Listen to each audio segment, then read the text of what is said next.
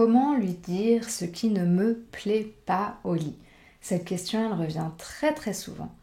Et en général, quand quelqu'un me pose cette question, j'ai une autre question à leur poser en retour. Et la question est, est-ce que de manière générale, dans la sexualité, vous vous parlez? Est-ce que vous pouvez dire, ah, est-ce que tu pourrais aller un peu plus à droite, ou j'ai envie que tu touches mes fesses, ou j'aurais envie que tu me regardes, ou est-ce qu'on peut aller un peu plus lentement? Souvent, aux personnes qui me posent la question, comment faire pour lui dire s'il y a quelque chose que j'aime pas? Les personnes, à ma deuxième question, me répondent, ah bah non, pas vraiment. En général, quand je pose la question, je m'en doute un petit peu. Parce que, en fait, on se retrouve dans une situation où, comme on parle pas, quoi qu'il se passe en fait, pour dire ce dont on a envie, ce dont on n'a pas envie, ce qu'on voudrait, ce qui nous plaît, on parle pas, donc on est silencieux. Et on attend le moment où quelque chose ne va pas, mais du coup, c'est pas très agréable de dire quelque chose qui va pas. On n'a pas très envie de dire arrête de me toucher comme ça, me lâche pas là, ça c'est bizarre, enfin. Et puis on est dans ce silence.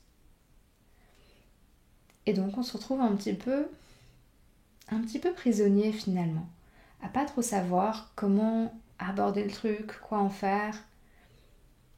Alors que si on peut tout du long, alors ça veut pas dire qu'il faut parler tout le temps, loin de là, mais si on a la liberté de pouvoir à tout moment dire ah, est-ce que tu peux aller un petit peu à droite ou j'aimerais que tu mettes ta main comme ça ou là c'est vraiment bon.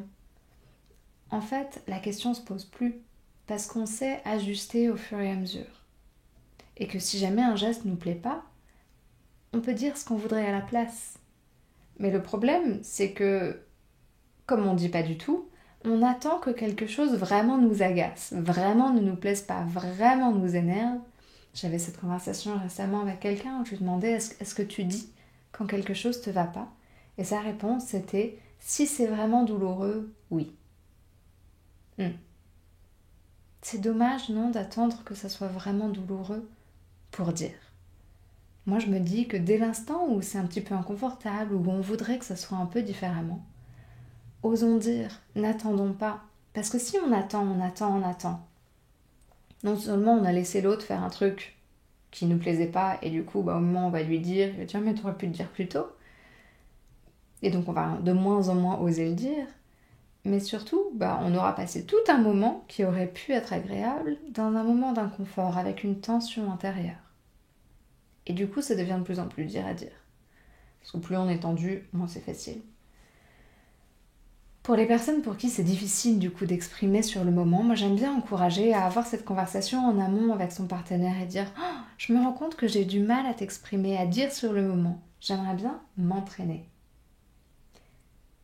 Et ça donne une permission de pouvoir plus facilement parler, partager. Et donc j'aimerais vraiment qu'on sorte de l'idée de comment faire pour lui dire ce qui va pas. Alors s'il y a quelque chose qui va pas, évidemment disons-le. Mais plutôt passer sur l'autre registre de comment pouvoir parler plus librement, plus fluidement, exprimer mes désirs au fur et à mesure. Et ne pas attendre que quelque chose n'aille pas pour, alors là, tirer tous les signaux d'alerte et arrêter. Parce que sinon, on se prend nous-mêmes au piège finalement.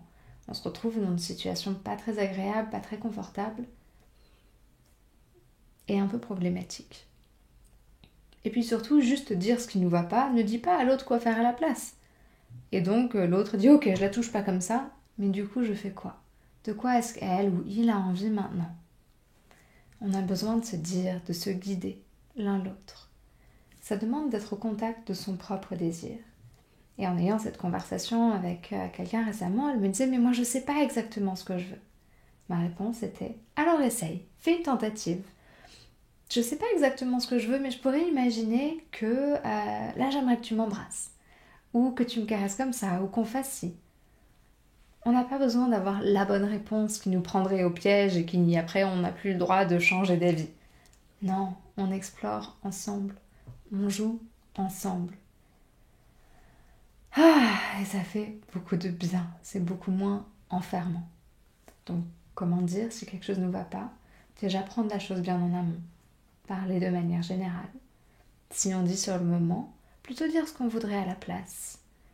Et puis choisir d'avoir un petit peu de légèreté autour de ça, de s'autoriser à jouer, de s'autoriser à rire, de s'autoriser à ce que ça soit pas tout parfait et que ça soit juste humain. Dites-moi ce que vous en pensez dans les commentaires, si ça vous a aidé, si c'était clair, si vous avez des stratégies en particulier pour partager à votre partenaire quand quelque chose ne vous va pas. Et attention, je ne suis pas en train de dire qu'il ne faut pas dire stop si quelque chose ne va pas. Si quelque chose ne va pas et qu'on a besoin de dire stop, on le dit.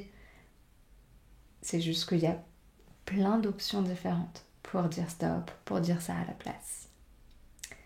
J'espère que ça vous a aidé, inspiré. Abonnez-vous à la chaîne pour ne rien manquer des prochaines vidéos et à très bientôt.